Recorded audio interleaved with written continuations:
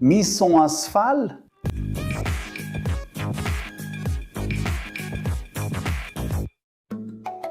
Tere insenerite austajad! Kas olete kunagi mõelnud, millest koosneb see sile ja vastupidav pind, millel me iga päev liigume?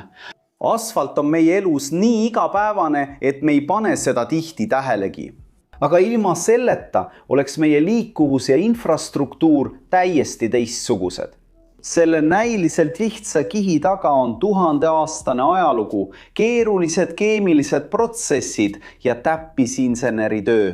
Aga mis siis ikkagi on asfalt? Uurime koos seda segu, mis kujundab kaasaegset maailma. Tehnilises mõttes on asfalt orgaanilist päritolu sideaine, mis koosneb peamiselt bituumenist, mustast viskoossest ja väga kleepuvast ainest ning mineraalsetest täitematerjalidest nagu liiv, killustik või kruus. Bitumen, mis toimib segu liimina, on naftasaadus või võib esineda looduslikult mõnes maailma piirkonnas.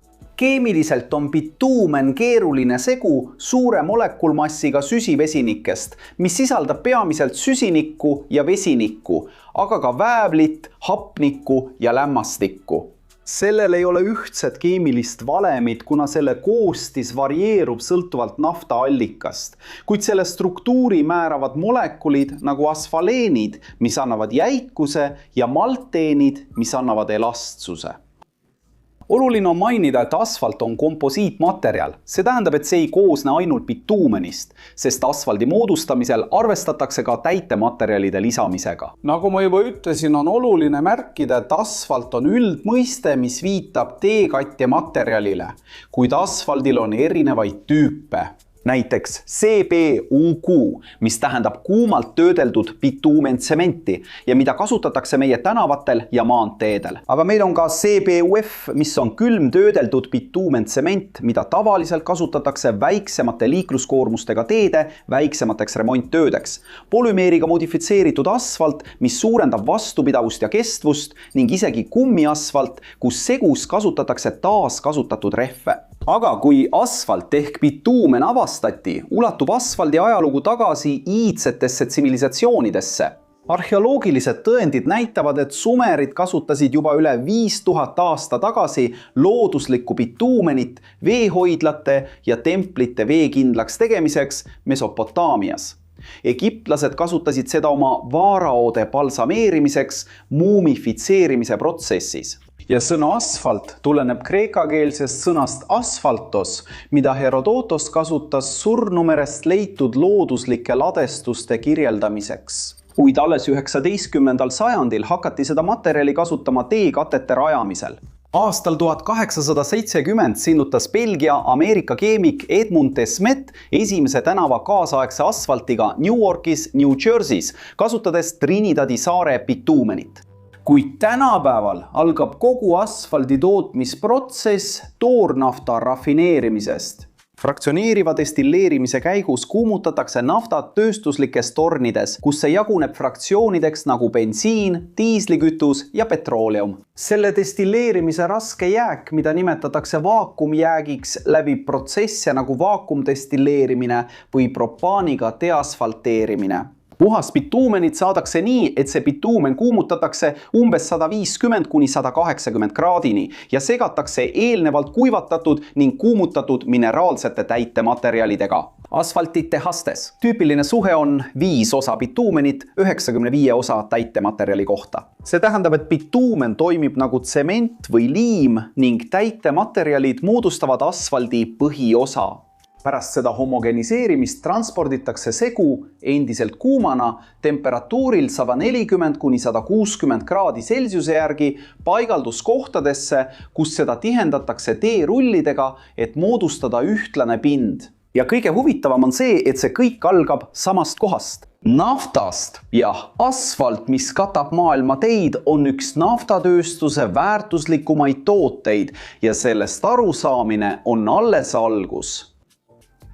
Tagasi teema juurde tulles, millised on selle mitmekülgse materjali kasutusalad? Kõige tuntum kasutusala on teede katmine, kus umbes 90% maailma sillutatud teedest kasutatakse asfalti. Tänu selle vastupidavusele, koormustaluvusele ja kiirele parandatavusele. kuid selle kasutusvõimalused ulatuvad kaugemale.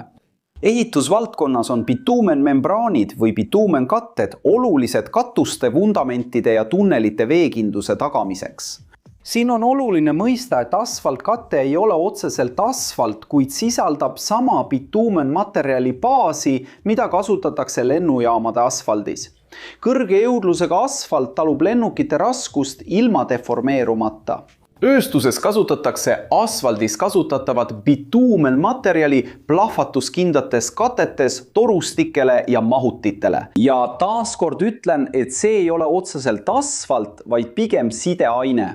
Isegi tammides ja prügilates toimib see lekkekindla tihenduskihina. Aga miks on asfalt endiselt asendamatu? Selle ainulaadsed omadused seletavad selle ülekaalu. See pakub paremat haarduvust, vähendab müra võrreldes betooniga ning selle paindlikkus neelab lööke ja temperatuuri kõikumisi ilma pragunemata. Lisaks on see maailma kõige enam taaskasutatud ehitusmaterjal, nagu kinnitab Ameerika Ühendriikide riiklik asfaldi pindamise assotsiatsioon. Üle 99% remonditöödel eemaldatud asfaldist kasutatakse uuesti uutes segudes. Uuendused nagu VMA ehk Warm Mix asfalt ehk soe asfalt, mida saab toota temperatuuril 20–40 kraadi. Need on madalamad kui tavapärasel meetodil, vähendavad CO2 heitmeid ning lisandid nagu kasutatud rehvide kumm või polümeerid pikendavad selle eluiga. Siiski püsivad väljakutsed. Naftast sõltuvus muudab asfaldi hinnakõikumistele tundlikuks ning teadlased otsivad jätkusuutlikke alternatiive, näiteks biomassist või mikrovetikatest saadud bituumenit. Muide, üks minu esimestest lõputöödest käsitles polümeeriga modifitseeritud asfalti ja seda, kuidas see suudab suurendada surve tugevust. Ja see tõi mulle ühe minu esimestest intervjuudest tänu sellele uurimistööle. Peede hooldus äärmuslikes kliimatingimustes nõuab samuti spetsiifilisi segusid, näiteks elastomeeridega modifitseeritud bituumenide kasutamist liustiku piirkondades. Nagu näete, on asfalt palju enamat kui lihtsalt tänavate kate. See on aastatuhandete pikkuse tehnilise arengu tulemus. See on keeruline kolloidsüsteem, mis tasakaalustab geoloogiat ja inseneriteadust, alates reservuaaride veekindlaks muutmisest kuni kiirteedeni. See näitab, kuidas näiliselt algeline materjal võib olla inimühenduste aluseks. Ja samal ajal, kui otsime jätkusuutlikuma tuleviku lahendusi, on üks asi kindel. Asfalt jääb meie jalgade, rataste ja edasipüüdluste alla. Kui oled siiani vaadanud ja sulle meeldis video, siis telli kanal, kui sa veel pole seda teinud, pane like ja aktiveeri teavituste kelluke. Ja kui leiad, et meie sisu on huvitav, siis kaalu liikmeks hakkamist, et aidata meil jätkata sisu loomist siin platvormil ja olla meie videotes ära märgitud. Ja kui sul on huvi teada saada, milliseid kursusi me soovitame, siis skaneeri siin kõrval olev QR-kood või kasuta videokirjelduses olevat linki, et tutvuda meie kursuste nimekirjaga. Ja mis võib viia sinu CV uuele tasemele? Kas sa teadsid, mis on asfalt? Kumb sulle rohkem meeldib, kas asfaldist või betoonist teed? Jäta oma arvamus siia kommentaaridesse. Siin kõrval on 2 huvitavat videot, mida sa pead kindlasti vaatama, et laiendada oma teadmisi ja rahuldada oma uudishimu. Ja kui sa tahad meid toetada, pane like, telli kanal, aktiveeri kelluke ja kaalu kanali liikmeks hakkamist. See ongi kõik inseneriteaduse austajad, suur kallistus ja kohtume järgmises videos.